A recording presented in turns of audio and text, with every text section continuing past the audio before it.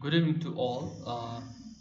So this is a one-off topic that we are covering here regarding the Niti Aayog's vision document for Great Nicobar. So this has been an issue among various concerns regarding environment, and we'll talk about it in a matter ahead. But one of the two things that is most important that we will learn from this particular news item is that one of the topics is regarding the public sector undertaking, and the other aspect is regarding the geography, climate, and the tribes population of the Great Nicobar Island. Now we'll also study how Great Nicobar Island is having so much significance in terms of India's strategic asset and in terms of India's uh, economic interests. So we will just start looking into the matter as of now. So what has happened? What is the news that is talking about that is in the question? So the news that is in the question is about the Great Nicobar Island. It is the southernmost island in the Union Territory of Andaman and Nicobar. So Niti Aayog vision for Great Nicobar ignores tribal and ecological concerns. Wildlife Board denotifies Galatea Bay Sanctuary to build a port and a trade zone.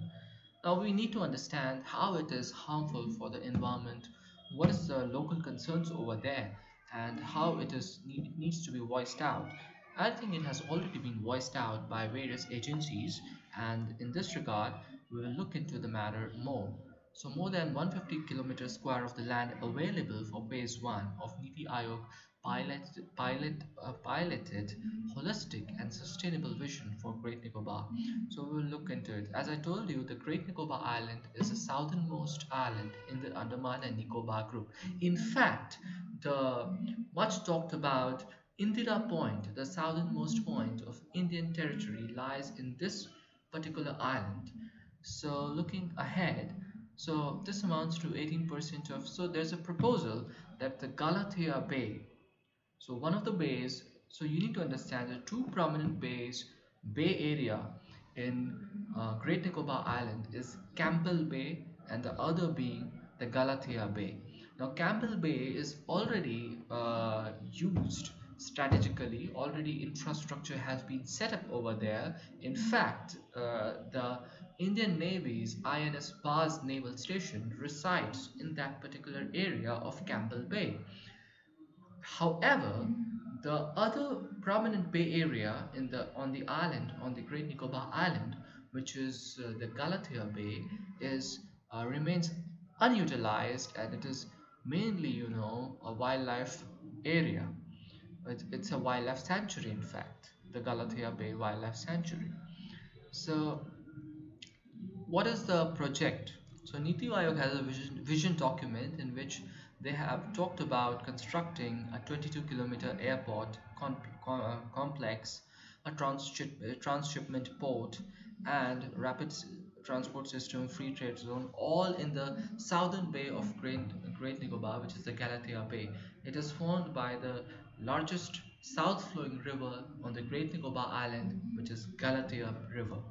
So, so there is a port and an airport strip that is in the phase 1 document of the Niti Aayog's vision document to be constructed over there.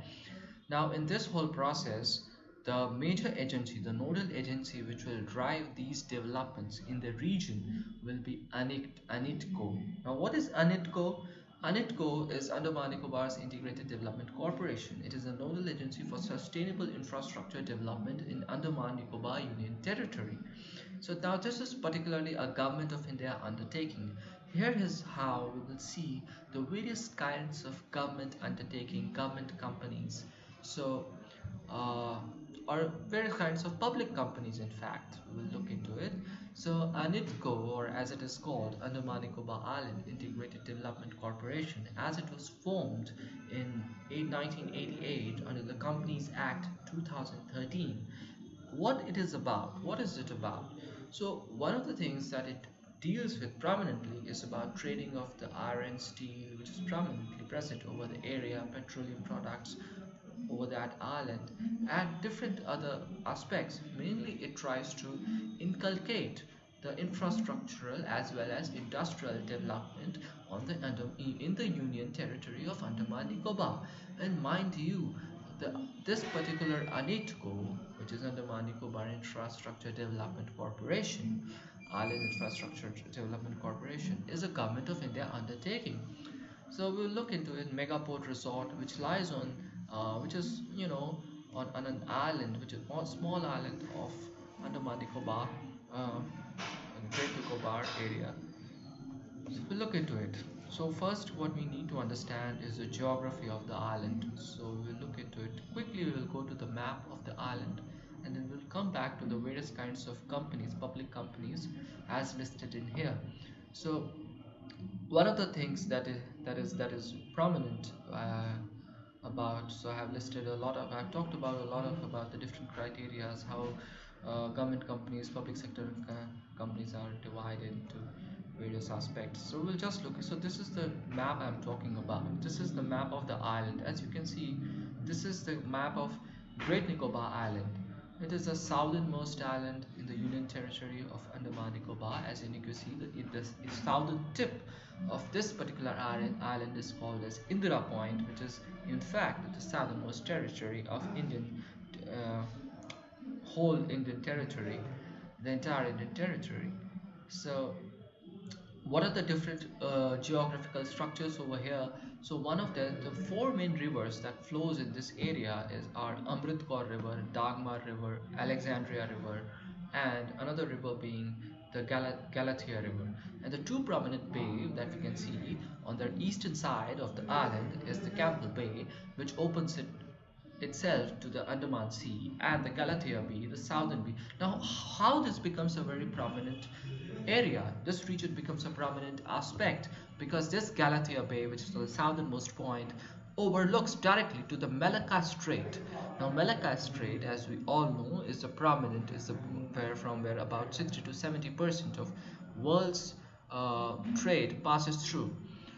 World's marine trade passes through, and so it becomes a strategically important asset in India's economic uh, story. However, Galathea Bay is also an ecologically very sensitive site, and it has been one of the areas which has been untouched by any human, and a major area for leatherback turtles to reproduce, to lay their eggs here. So this becomes a issue of conflict between, one side being India's economic and strategic interest, and other side being the environmental interest, and how sustainable development can grow over here is the key point. Because see, this bay area would suit for ships to lay their anchors on, and once ships comes and lay their anchors on in this region, it becomes, a kind of a economy, this becomes a port city, and once it becomes a port city, the entire economy drives on. So this is what it is being talked about. So slope of the Great Nicobar Island is in the direction of southern and southwestern direction, and hence most of the rivers, the four rivers, Amrita River, Alexandria River, Galathea River, and Amrit Kaur River and Dagmar River, all of these flows in the direction of the slope of the Great Nicobar Island. Now, as I told you, the Campbell Bay is on the eastern side of the Great Nicobar Island, and this Campbell Bay, what we see here is where INS Bars Naval Station is located. So already certain kind of development has happened in the eastern side of the Great Nicobar Island. However, the southern side as well as the northern side of this island remains to the great extent undiscovered or unexplored, or no kind of infrastructure development has happened over here.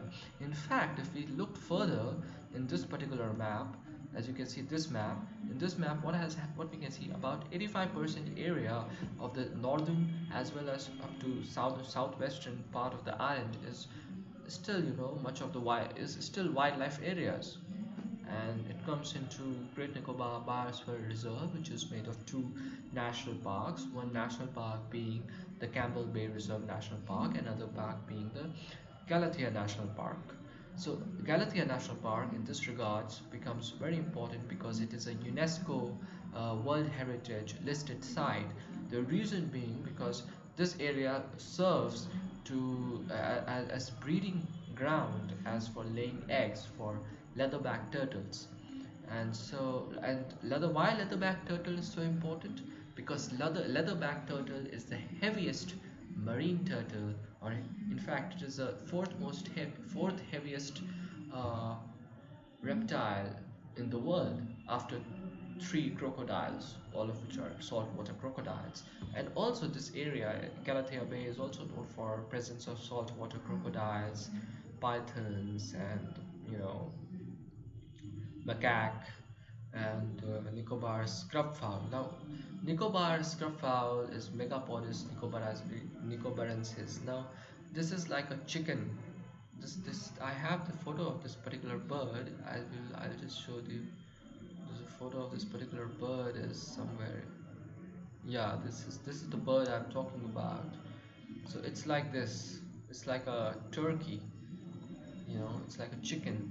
So it's an endemic bird on Great Nicobar Island, and another endemic species is a tree shrew species, Nicobari tree shrew, which is like Nicobari gilheri, which is only found over there. And then there are box turtle present over there, and it's a beautiful landscape. Reticulated island. Coconut crab is also found on the Great Nicobar Island. Now, coconut crab is the largest terrestrial arthropoda. Now, Great Nicobar Bioreserves, as I told you, is made of two uh, national park.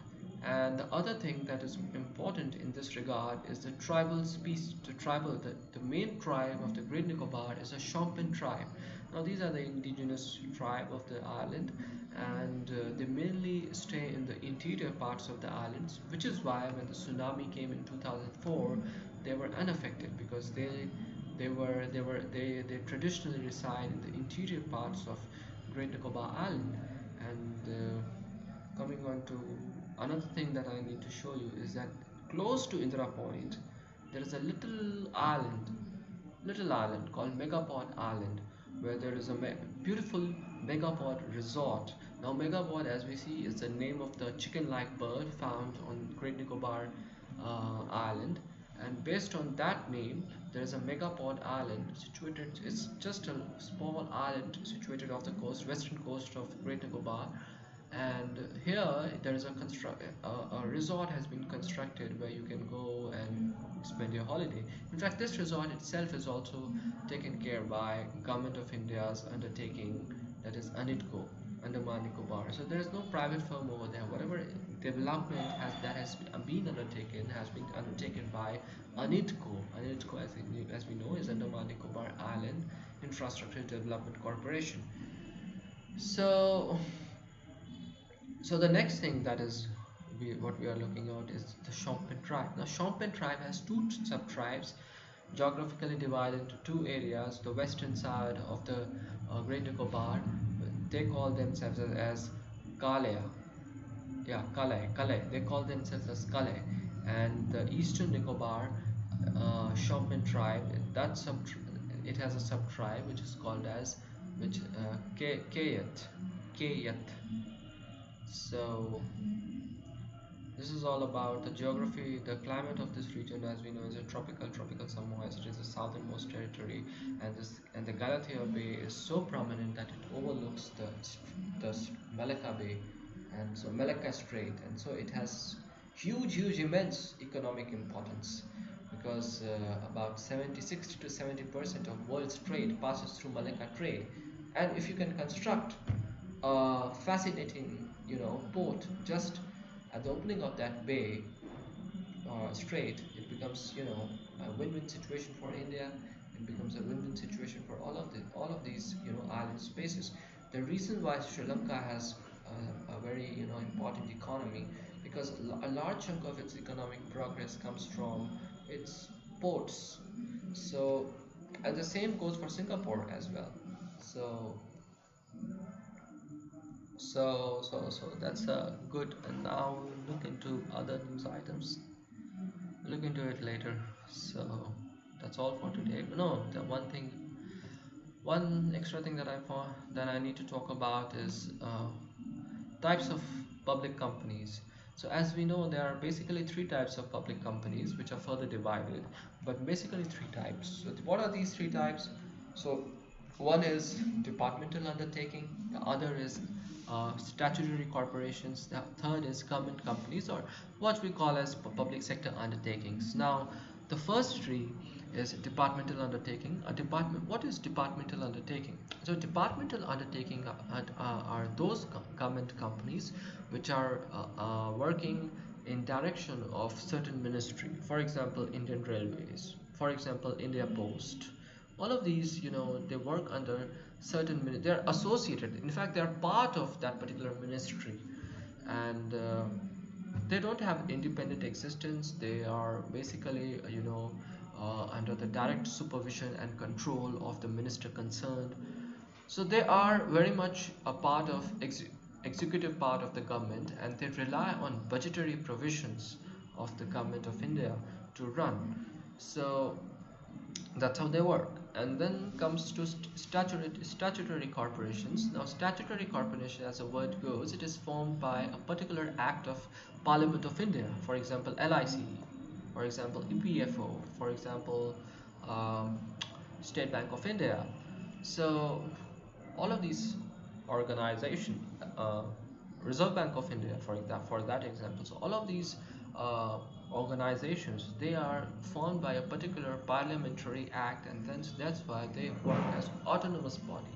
They are not the part of the executive arm of the government entirely. They run as per the provisions of not of the government but of the parliamentary act, and so they have their autonomous existence, and they are entitled to take help from the executive arm of the government, because but they are not entitled to be exactly under the executive arm of the government. For example, RBI is a statutory corporation and it is not under the executive arm of the government entirely. Now, government companies, now PSUs. So the key fact about government companies, the difference between departmental undertaking and government companies or public sector undertaking, is that departmental undertaking 100% are run by uh, central civil servants, and it is just an extension of the executive arm of the government. But the government companies or public sector undertakings are basically a corporation in themselves, because they are run as a public private partnership, because their shares are enlisted on the stock market, and they have private investors as well, and so they have their own sort of board of directors, and their own sort of management, which is agreed upon by the private shareholders and the government of India. And so this is an interesting aspect. Now, whatever we hear about the Ratna status of companies, which is like Maharatna, Navaratna, and Mini Ratna. So these three Ratna status, which is decided by the Department of which is decided by the Department of Public Enterprises, which works under the Ministry of Heavy Industries. So this particular department, as we can see, is works under. So this particular department categorizes various public sector undertaking. So what is the criteria for a company to be a public sector undertaking? Firstly, that it must have private shareholders. The government should have majority of stake, that is up to 50% or more. And the other aspect is that it must it is usually incorporated under Companies of India Act 2013. And the other aspect is that they are categorized into basically four Ratna status: Maharatna, Navratna, Mini Ratna. Mini Ratna again further classified into two: Mini Ratna category 1 and Mini Ratna category 2. So Maharatna, as we can see, what is Maharatna company? So Maharatna company is a public sector undertaking which is having uh, either of these three things. One is that it is having about 5,000 of profit, it is having about 15,000 of worth, or it is having about 25,000 crores of turnover for the last 3 years. So either of these three conditions if are met, then in that case it becomes a Maharatna company. And with before that it should also qualify as Navratna company. So what is Navratna company now? And yeah, as I told you that it must be listed, it is specifically and mandatorily be listed on Indian Stock Exchange. Now this is a difference. So two major criteria about Maharatna company is that one of the criteria is that it must be listed on the stock market, and the other criteria is that it must have a significant, or it must have certain international operations. Yeah. So there are currently 10 Maharatna companies. What are these? Basically three gas companies that we use from where we book our gas cylinders: IOCL, HPCL, and BPCL. One of which is going to be privatized. BPCL is in the talks to be privatized. Then we have energy companies here in the, for example, Coal India, NTPC, Power Grid Corporation of India, and then two infrastructure companies, GAIL, SAIL, and then ONGC, and I think now it constitutes all these 10 companies. And apart from that, um, one company I forgot, that is Bharat Heavy Electronics Limited. Okay, that is BHE. Oh, it is located in Bangalore. Now, Navratna status criteria. So, Navratna status criteria is very different. Although the word is Navratna, there are 14 companies under Navratna status. So, what are these companies? Basically, they have to meet 60, a score of 60 out of 100 in terms of six performance indicators. What are these six performance indicators now? So these are about net profit to net worth, then manpower cost to. So basically, two indicators out of six are very important. That is profit to worth, and the other being intersector performance. Now they together constitutes about 45% of the weightage. That is nearly half of the weightage that they constitute in terms of their ranking. Now coming to what we are talking here is the indicators, and then we are talking about is how they constitute different amounts of weightages. So this is a composite score because all of these six performance indicators have different uh, marks or different weights, and all of these weights, whatever score that a company scores in these weightages are cumulatively taken together and added together, and then it is assessed whether it is meeting the score of 60 or not. If it is 60 or 60 above, then it is a Navratna company. So it has a very different criteria with regards to Maharatna company. So as I told you, the Navratna company already has to be qualified to be Miniratna Category 1 and Schedule A company as given by the guidelines of Department of Public Enterprises and the Ministry of Heavy Electronics. So now we'll look into this Department of Public Enterprises as well. It has a prominent and kind of very interesting history. So there are 14 PSUs under Navratna company. One of the things that we need to look into is that uh, BSNL is not here. Only MTNL is here, and All India Limited. See, there in Maharatna we had ONGC, and here we have All India. There in Maharatna we had Heavy Electronics. Here in Navratna we have Bharat Electronics. So this is how they set the objective questions. So Shipping Corporation of India is also under the hammer to be privatized. Miniratna category. So all of these companies, which are public sector undertakings, government is looking to minimize its presence over here. And Miniratna category 1. So Miniratna category are basically three conditions. Out of the two conditions, one is that for last 3 years, again, it has to be, having net worth positive, and it should not meet, it should have positive net worth, it should have positive profit, and the third condition is that in any one of those 3 years, last 3 years, in 1 year, the profit must have been 30 crores or more. So once that happens, in fact, it becomes Miniratna company. The third condition, if it is not met, the condition of 30 crores in any one of the years as net average net annual profit, if that is not met, then in that regards it becomes Miniratna category 2.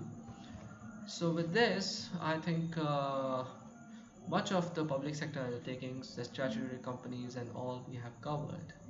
So, so I'll just wrap it up for the day. Thank you.